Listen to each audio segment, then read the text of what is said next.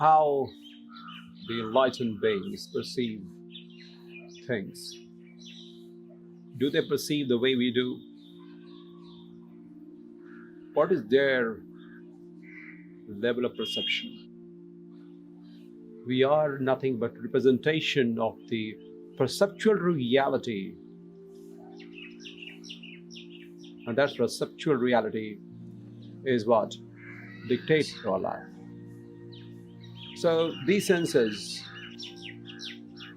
are with everyone, whether you are enlightened or not enlightened. What is that can be distinguished in them from the rest of the world? Eyes, the moment it captures an image, also secretes some chemicals, and those chemicals govern our life. Those chemicals are the reason why we feel this way or that way. Those secretion of chemicals are nothing but our feelings. And these feelings control our lives.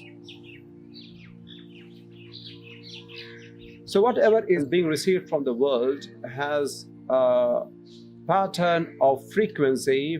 A layman succumb to its traits and ways. But the moment you rise above and see through what is being perceived as an observer, the intensity of observation is so much in such a natural way that the observer becomes the observed. Once the observer becomes the observed, they are one with the very sense of it. Once they are one with the sense of it, they can actually control the secretion of the chemical that happens on its own. So they could never be caught in the wave of feelings. The feelings would not exist for them. They will control how they want to feel. Even the word control is very harsh. It happens in a most spontaneous way. It's very spontaneous to be joyful. It is so spontaneous being unaffected by the world. It happens in its most pristine manner. Each sense of yours has a frequency, and this could be altered. So the way the enlightened master works,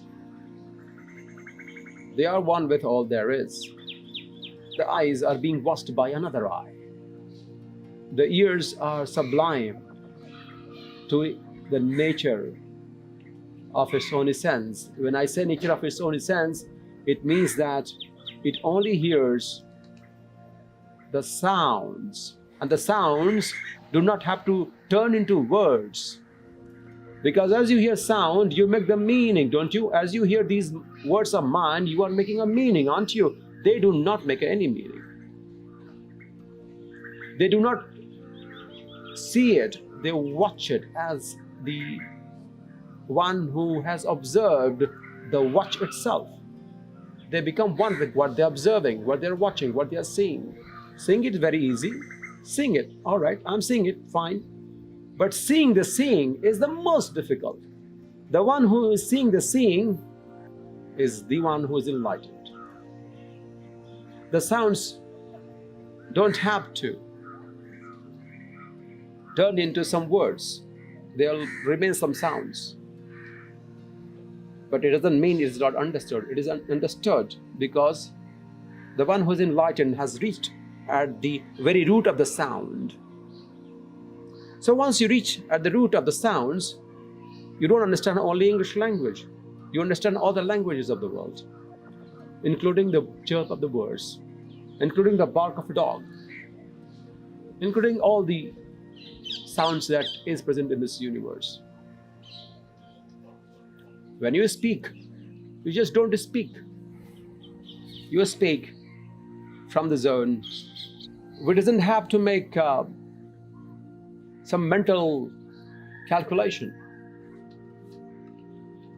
as if your tongue has been rendered to divinity.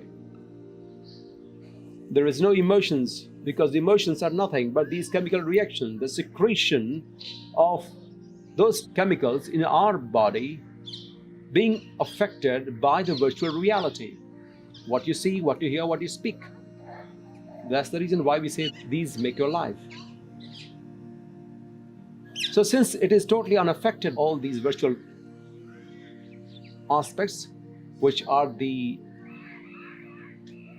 transmitter of our perception, are totally rendered null and void, because the very effect of it has been seen through just the way they are.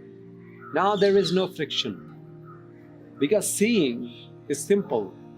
Seeing the seeing is the most intricate and the most complex. But the one who can see the seeing is the one who is elevated above their perceptual reality.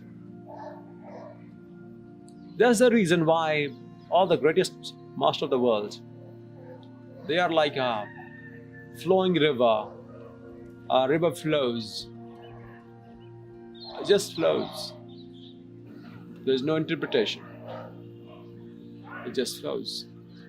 Has my hearing got to do with my emotions? My seeing something has to do with my feelings? Not at all. Which seeing are you talking about? Which hearing are you talking about? I am seeing the seeing. I'm hearing the hearing. I'm speaking from the zone where the words comes from. The origin of the sound, from where it emanates. I'm connected from there. Here I is different. I is not ego. I is the superior. I is the one which has submerged into the zone, into the stream of whatever there is in this universe. So that I, the supreme I,